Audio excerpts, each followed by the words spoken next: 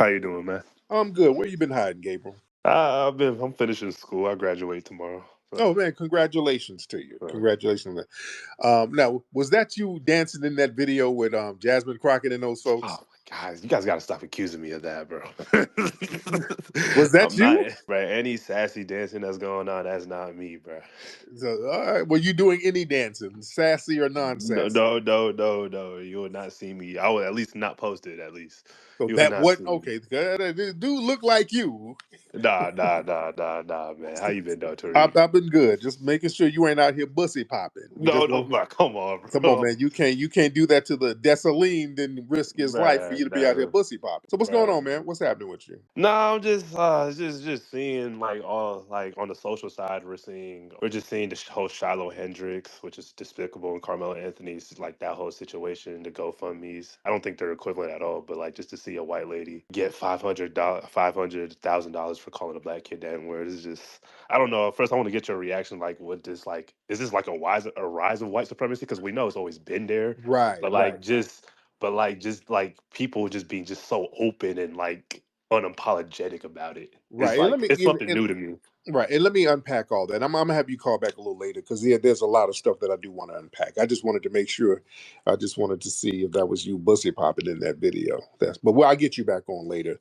But I'm gonna tie all of this into this whole Myron Gaines nonsense. So again, like I said, Myron Gaines was on Pierce Morgan, and they were on there talking that BS. And again, Myron said something about America being a white nation, something, and it was like, it's what did he say? I want to paraphrase, but I just want to be accurate. He was defending white people as usual. And he was saying there's nothing wrong with them wanting to have a white nation or something like that. It was something to that effect. Now, the thing about it, America has never been a white nation. I just wanted to clear that up. That's one thing that stood out to me first. We got to always clear that up because a lot of the white supremacists will hop on talking about America's was a white nation. America's never, ever been a white nation. Never. When they tried to come over here and start these little all white colonies, they all failed. Let's just be clear. And I always bring that up. I'm going to keep bringing it up. They never, ever established an all white anything. They couldn't. They didn't have the wherewithal to do it. We're going to have to be historically accurate. This economy was built by enslaved foundational Black Americans, not white supremacists alone. The wealth and global rise came directly from our labor and our ingenuity. All right. Foundational Black Americans, we have always been the cornerstone of the U.S. economy. The U.S. was never ethnically homogenous. I'm talking from the 1600s onward. The nation this is always populated by a mix of red natives, Black aboriginals, enslaved Black people, imported African people, free Black people.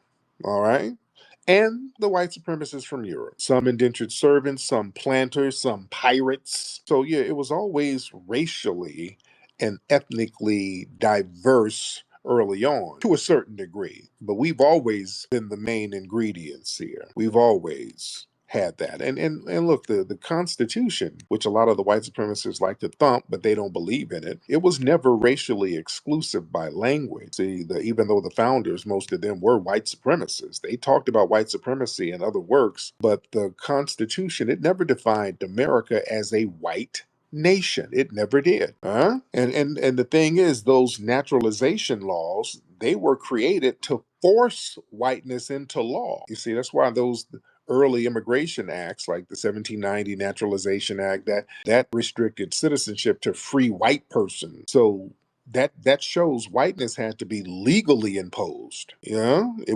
wasn't the assumed nation's default. So it was like an artificial policy that was used to control. It didn't reflect America's identity. You had to bring white people over here and enforce more white folks over here because it wasn't white enough. You see, and white identity in America has always been fluid. It's always been politically constructed. Like when the Irish came over here, they were not considered white at first. Irish were not considered white, but they became some of the most staunch white supremacists once they got let into the white door. Italians were not considered white. There were some Jews who were not considered white to certain degrees.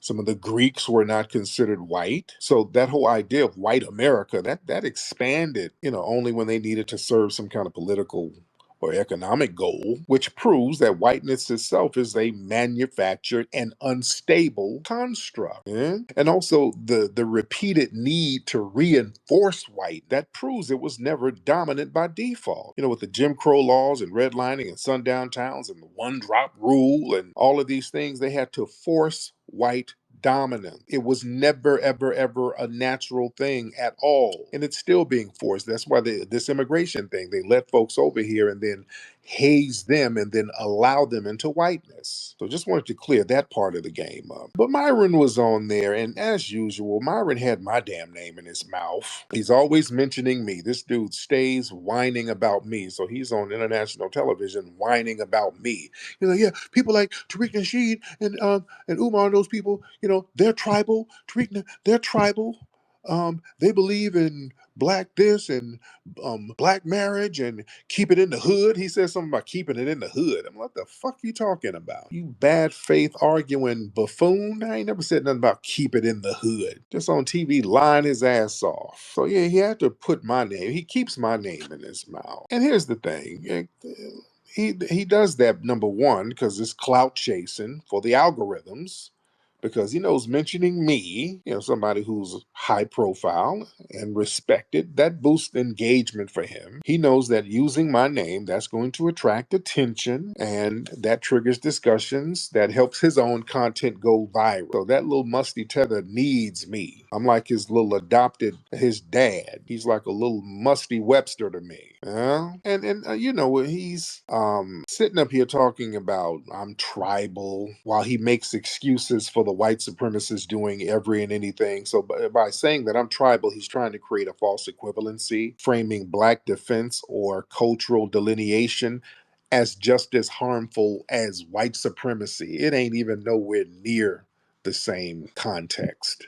And he knows that, but he's a flunky because he's just appealing to the white supremacists. He's trying to get that injera butter biscuit. And he knows they all do this whole thing when they criticize high profile, very pro black figures such as myself and the handful of others. That's him trying to send a signal of allegiance to the white supremacists so he can try to position himself as being safe and obedient. And also it's a lot of jealousy and envy with that. I've organically, right, there's no T in organic. I'm sounding like Tyler Perry with that. But organically, I've organically built a powerful, influential base without needing to cater to white platforms. See, that's very rare, the size audience that I can garner, and I don't have to suck up to no damn body. I just be myself, yeah, and stand on business and have pride in my lineage and have pride and confidence in myself. And I did it without having to clout chase and leech off other people. See,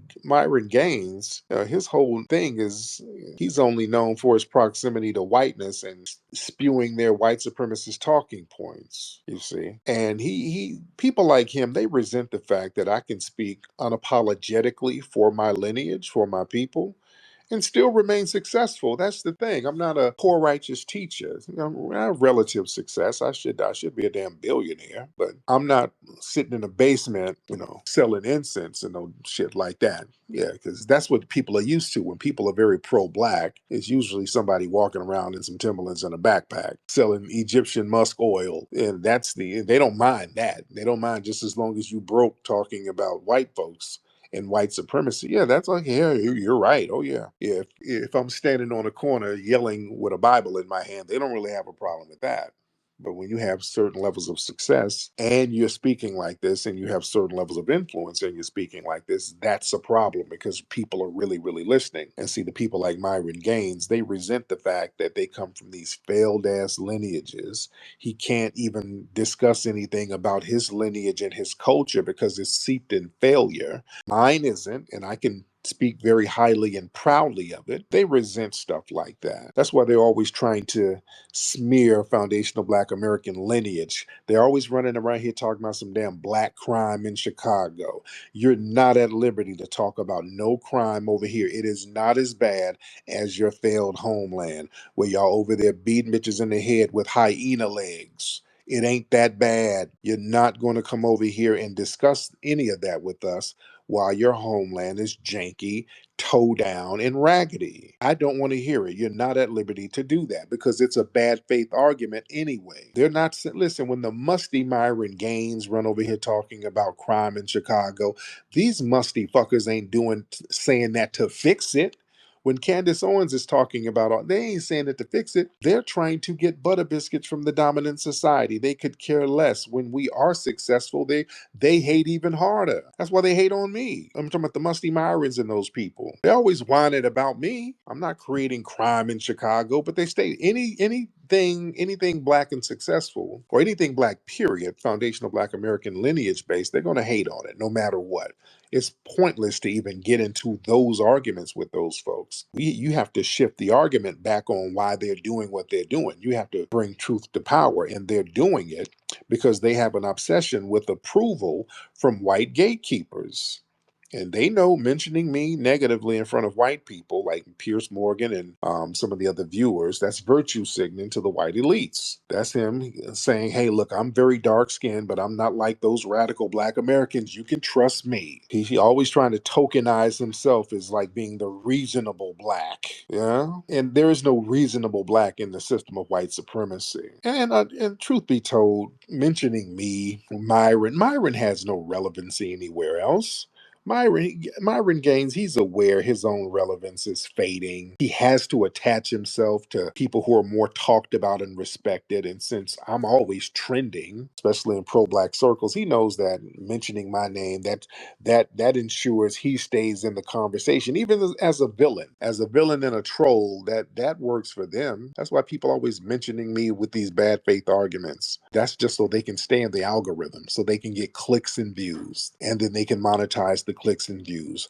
I inadvertently feed a lot of tethers, fuck niggas, busters, sambos. I feed a lot of these people inadvertently, you see. But the game is getting real funny style out here, because look, the Myron Gaines and people like that, all of these bootlicks who suck up to the right wing white supremacists, things are getting different for them. Things are getting real hot for them right now, because the white supremacists are kind of turning their backs on their black flunkies and sellouts. What's that Dom Lecrae dude? He was one of these dudes who was sucking up to the right wingers, kind of denigrating black society and making a whole show out of it. They done turned on him because he spoke out against this white woman denigrating the black child. So I think he's from our lineage, even though he's a Sambo. But again, if you're from the lineage, there's only so far your Samboing will go. If the ancestors will tap your ass on the shoulder and say, hey man, you're going too far. Just like with Diamond and Silk. Diamond and Silk, I give them credit, even though they were mammies. They did not denigrate George Floyd. They didn't go that far. Just like Candace Owens is a Caribbean tether. She identifies as a Caribbean, so she goes all in. But Diamond and Silk, they reeled it back a little bit. So this Dom Lecrae, he's trying to reel it back a little bit. And boy, they turned on him, calling him all types of N-words and stuff. See, yeah, white supremacists, they're getting bold right. They're getting very, very bold right now, ladies and gentlemen. You see? And why are they getting so bold? See, right now, they're getting bold with political and media validation. See, a lot of the white supremacists, they feel like they're protected by the dog whistle politics. They know that the media is biased in their favor, and they're not going to really get any consequences or negative feedback from the media. They understand that they have institutional backing. So that kind of empowers them to be more overt, yeah, which backfires on them, because a lot of this shit is backfiring on the white supremacists, because this will push a lot of people to have some real solidarity with the foundational Black American community. And also, social media, that's turned into a radicalization feedback loop. So you got all these echo chambers out here that kind of reward extremism with likes and views. So a lot of the white supremacists, they escalate their rhetoric for clout. And here's the thing, it backfires on them, because see, the more unfiltered and brazen they become, there's more evidence for us to say, hey, look, we're going to have to get compensation for this open racism, because y'all like to say racism is over, and now we got all of these bold white supremacists making their move. That's making our claim stronger. That makes our justice claim much stronger. So you can't play the denial of white supremacy game when a bunch of white supremacists are giving hundreds of thousands of dollars to a white woman who racially terrorized a special needs Black 5-year-old. So now you're showing how degenerate you are, you see? And the white supremacists, they're making these little sloppy moves because see, they're getting desperate from their declining cultural control. See, black influence on the grassroots, that's growing even more. And the white supremacists, they're starting to feel cornered and irrelevant. So they're doing a lot of reckless outbursts right now. And see, their little public meltdown, see, that exposes how insecure they are, which delegitimizes their ideology in front of the world. Yeah. And another thing they thought they were going to do was weaponize law enforcement to draw more national attention. See, they use the law enforcement agencies in the court as their personal little security guards, planting false narratives. The police, they are selective in enforcing justice, and that's backfiring now because now the justice system and the political system, the legal system, law enforcement system, they are delegitimizing themselves by allowing so much anti-black racism to go on and no protection for the black community. So people are looking outside of the system in order to attain justice. See, that's the thing. When people lose faith in a system, when a system is just so openly corrupt and degenerate, people completely lose faith in it. So then they start looking for alternative ways to get justice. So this is why the white supremacists are kind of playing their hand, overplaying their hand. And see, they also forgot that the universe has balance, man. The universe corrects itself. And on a metaphysical level, white supremacy, they've overextended their karma credit line and their little sloppy overreaching that they're doing now. They're just making all types of little sloppy moves, which is good because it's being met with retributive energy. See, Neely Fuller told us this. Hey, man, it's good for the white supremacists to be bold because that's the only thing that wakes us the hell up. So now we ain't got no damn excuse. You see, we can't sit up here and play the denial game with them. They're being very bold with it. And when they're bold, we kind of get our shit together. We know what it is. We understand the assignment. I ain't got no problem. Eh? Because the law of nature pops off. People are like, okay, if they're going to be bold with it, we're going to be bold with the retribution. That's why, have y'all seen some of the videos that's been on social media? I posted a video today. This white woman, I don't know where this was, but she spit on some sisters, and the sister immediately, within seconds, stomped a mud hole in her ass. Well, there's a lot of videos like that. I saw another video. This white man was up in a store. It was a Walmart greet of this brother. I don't know what he was. I don't know if the brother was a Walmart greet. I don't know what he was, but this white man was up there arguing with him and then tried to spit on him. This brother slapped this dude up and took his belt off and started whooping him with the belt. Boy, the energy is different. There's a retributive energy right now. It's a whole different vibe. Now, what does this mean for the bootlicks? What does this mean for the Myron Gaines and these people who thought that they were going to get the golden butter biscuit that would last forever? No, it ain't working like that. The golden butter biscuit ain't gonna last forever because look, they're turning on the black flunkies. Because white supremacists is so bold right now, they're like looking at the black flunkies like, what do I need you for? This is why the Myron Gaines and people like that are buck dancing and samboing even harder because they know that these white supremacists don't really need them like that. Remember, Myron tried to go, remember like some months ago, he went up in one of them white supremacist spaces and they called him all types of saying N-words and they were calling him N-words left and right, made him get up out the room. They're like, we don't care about you using our talking points. You ain't one of us. They embarrassed this dude every chance they get. Because listen, the Myron Gaines, the Don McCraes, and all of these people, y'all were never really accepted. Y'all were not the good Negroes. They just use you. You're tools to them. The white supremacists,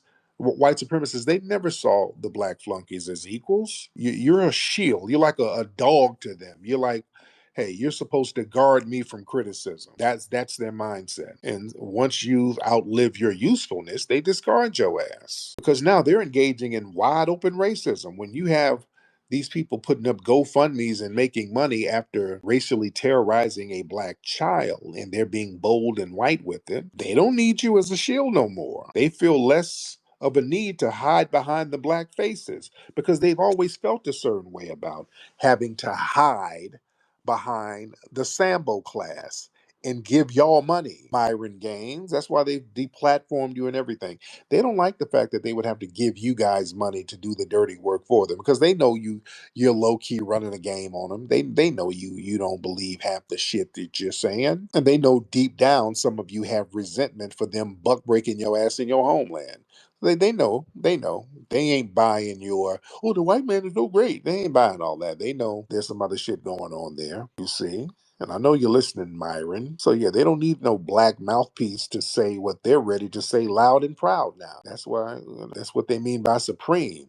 They don't want to they don't feel supreme when they have to hide how they really feel. They've been wanting to say how they really felt for a while now. So right now they feel emboldened, which is good because they're tripping themselves up. And understand there's no good Negro in the system of white supremacy. The white supremacists, they don't distinguish between good blacks and bad blacks. You know, it's all fair game. And also there's a rise in black grassroots consciousness, and that makes the tokens obsolete because one thing what makes tokens effective for the white supremacists